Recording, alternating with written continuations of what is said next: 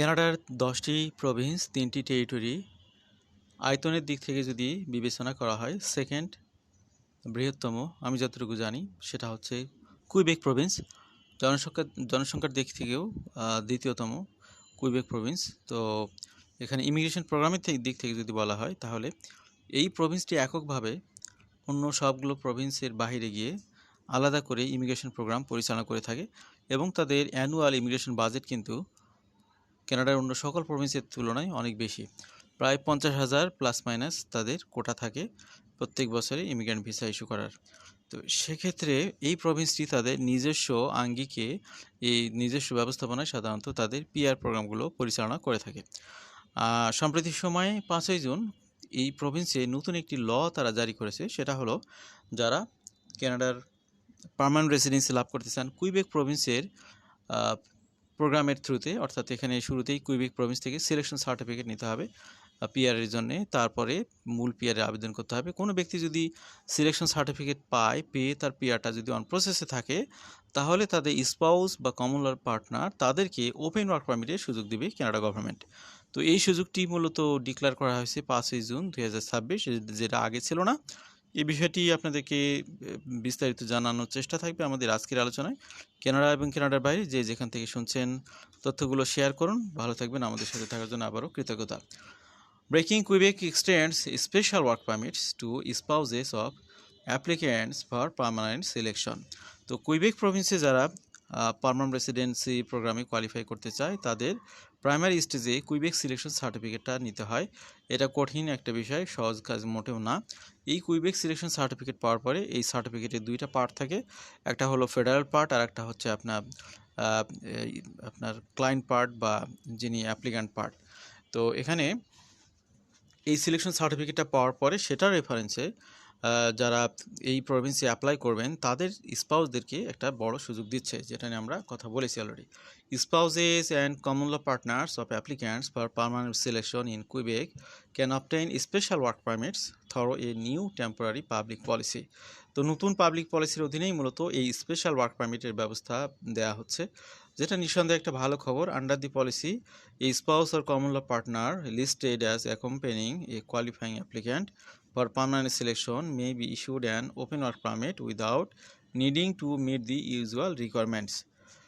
এরপরে এখানে আরও যে বিষয়গুলো বলা হচ্ছে, qualifying spouses and common law partners are exempted under the policy from the following requirements they would normally need to meet in order to be issued an open work permit and to have their status restored as a temporary resident.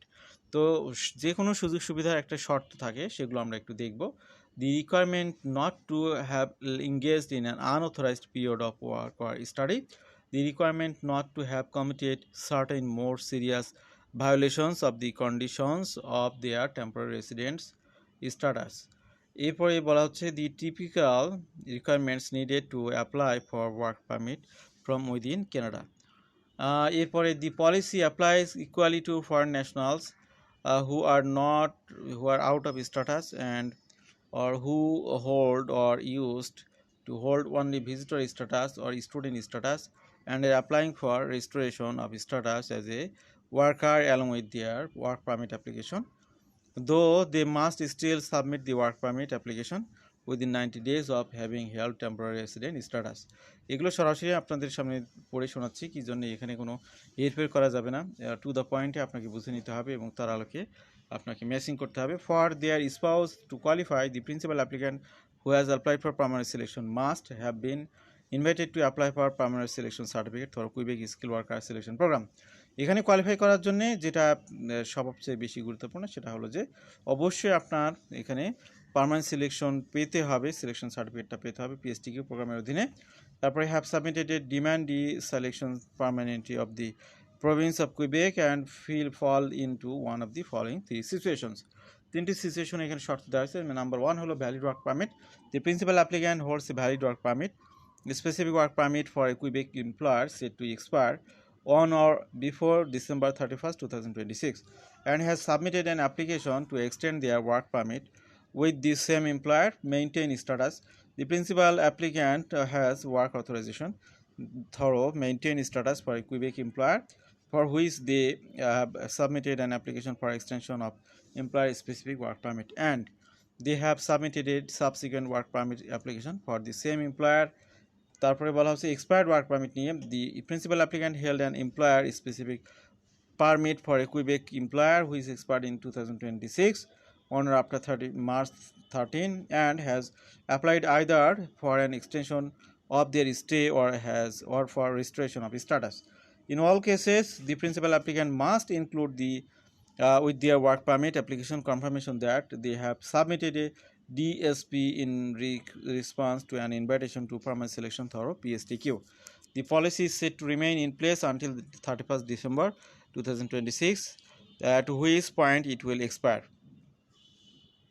তো এই পলিসিটি মূলত কার্যকর শুরু হয়েছে 5 June 2026 থেকে, যেটি গতকাল থেকে শুরু হয়েছে and applies to all applications received on or after that date. এই ডেটের পরে যে অ্যাপ্লিকেশনগুলো সাবমিট হবে তারা এই বিশেষ সুবিধাটা পাবেন। The new policy also applies to any pending applications of June 5, including application received under the previous policy which it has revoked and replaced. তো এখানে যারা অ্যাপ্লিকেশন করে পেন্ডিং রয়েছেন রেজাল্ট পেতে, তারাও এখানে সুযোগ পাবেন। As is usual for temporary public policies, it may be revoked at any time without prior notice. The policy টাইটেলটা দেখুন, এখানে ইনভার্টেড কমার মধ্যে দেওয়া রয়েছে। Temporary public policy two facilitate work permits for prospective permanent residency candidates in Quebec and their spouse and common law partners was published on the Immigration Department website on 5th June 2026. তো 5 জুনে মূলত এটি কার্যকরী হয়েছে, যেমনটি আপনাদেরকে বললাম। The earlier of public policy, temporary public policy to facilitate work permits for prospective permanent residency candidates in Quebec had come into effect on 13 March 2026. আজকের আলোচনা আমরা শেষ প্রান্তে চলে এসেছি। মূলত কুইবেক প্রভিন্সে একটি বড় সুযোগ দেওয়া হচ্ছে, সেটি আপনাদের সামনে খোলাসা করার চেষ্টা করেছি। এই প্রভিন্সে যারা আসবেন বা অলরেডি অবস্থান করতেছেন, তথ্যগুলো জেনে অবশ্যই উপকৃত হবেন। ভালো থাকবেন সবাই, আল্লাহ হাফেজ, আসসালামু আলাইকুম।